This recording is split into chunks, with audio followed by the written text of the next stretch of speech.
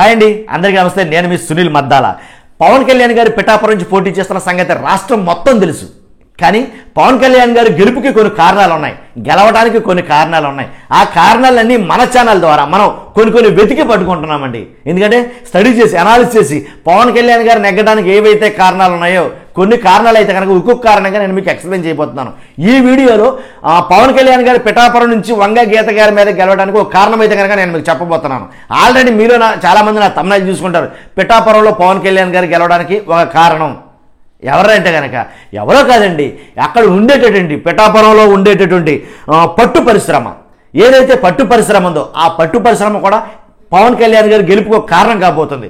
ఎందుకంటే ఆ పట్టు పరిశ్రమ దివాళా తీసే పరిస్థితిలో ఉంది. ఆ పట్టు పరిశ్రమకి సరైన గిట్టుబాటు ధర లేదు. అక్కడ పండే పట్టుకి ఆ పట్టు పరిశ్రమకి ఒక రకంగా ఎలా అంటే దానికి ఉత్పత్తి అయినా కానీ దానికి సరైన రేటు లేదా దానికి దిగుబడికి తగినంత రాబడి అయితే కనుక రావటం లేదు, కల్పించడం లేదు గవర్నమెంట్ అని ఎప్పటి నుంచో ఇది జరుగుతుందంట. కాబట్టి అలాంటి పట్టు పరిశ్రమ మీద ఈయన పవన్ కళ్యాణ్ గారు దాని మీద ఇంట్రెస్ట్ చూపించి వాళ్ళకు కొన్ని హామీలు అయితే ఇవ్వడం జరిగింది.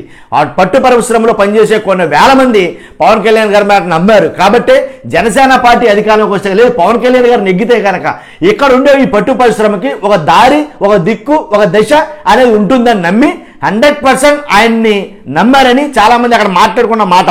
అది సిల్క్ పరిశ్రమ అండి. ఎలా అంటే అక్కడ పట్టు పురుగులు అక్కడ ఇచ్చే పట్టు ఉత్పత్తిలో ఎక్కువ సిల్క్ పర్సంటేజ్ ఎక్కువ ఉంటుందంట. దాని ద్వారా దానికి అంత ప్రాసెస్ ఏర్పడిందని అంటారు.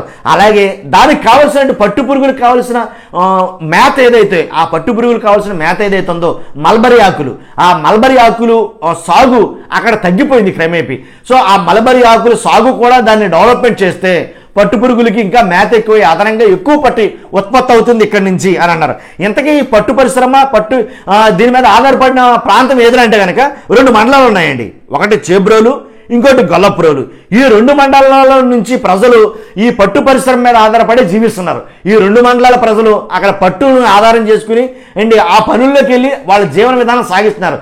అలాంటి పట్టు పరిశ్రమ ఒకవేళ మూతపడిపోతే ఏంటి పరిస్థితి? ఆ 2 మండలాల్లోని ప్రజలు నిరాశ్రలు అయిపోతారు. కాబట్టి మా పట్టు పరిశ్రమను మీరు ఆదుకోండి, ఆదరించండి అని అయితే కనుక ఆ పరిశ్రమలో పనిచేసే కార్మికులు కానీ ఆ పరిశ్రమలో పనిచేసే ఎవరైతే ఉన్నారో వాళ్ళందరూ కూడా పవన్ కళ్యాణ్ గారిని వేడుకోవడం జరిగిందంట. పవన్ కళ్యాణ్ గారు తనకు ఇచ్చినటువంటి హామీ ఏంటంటే కనుక ఆ పట్టు పరిశ్రమకి ఎక్కడా లేని మార్కెట్ గిరాకీ నేను తీసుకొస్తాను, ఆ పట్టు పరిశ్రమని అంతర్జాతీయ స్థాయిలో నేను నిలబెడతానని అయితే కనుక హామీ ఇచ్చారంట, వాగ్దానం ఇచ్చారంట.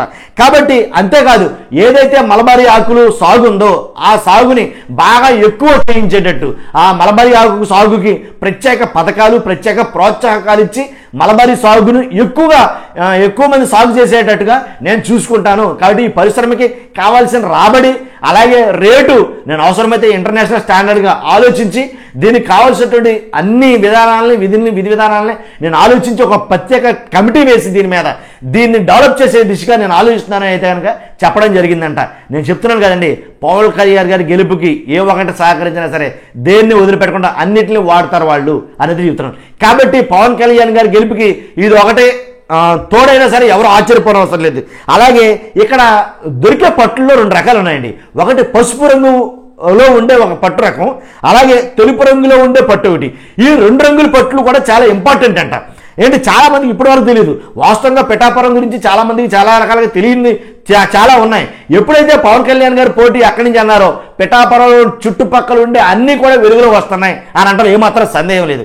కాబట్టి ఈ పట్టు పరిశ్రమ దీన వ్యవస్థలో ఉంది అన్న విషయం చాలా మందికి తెలియదు.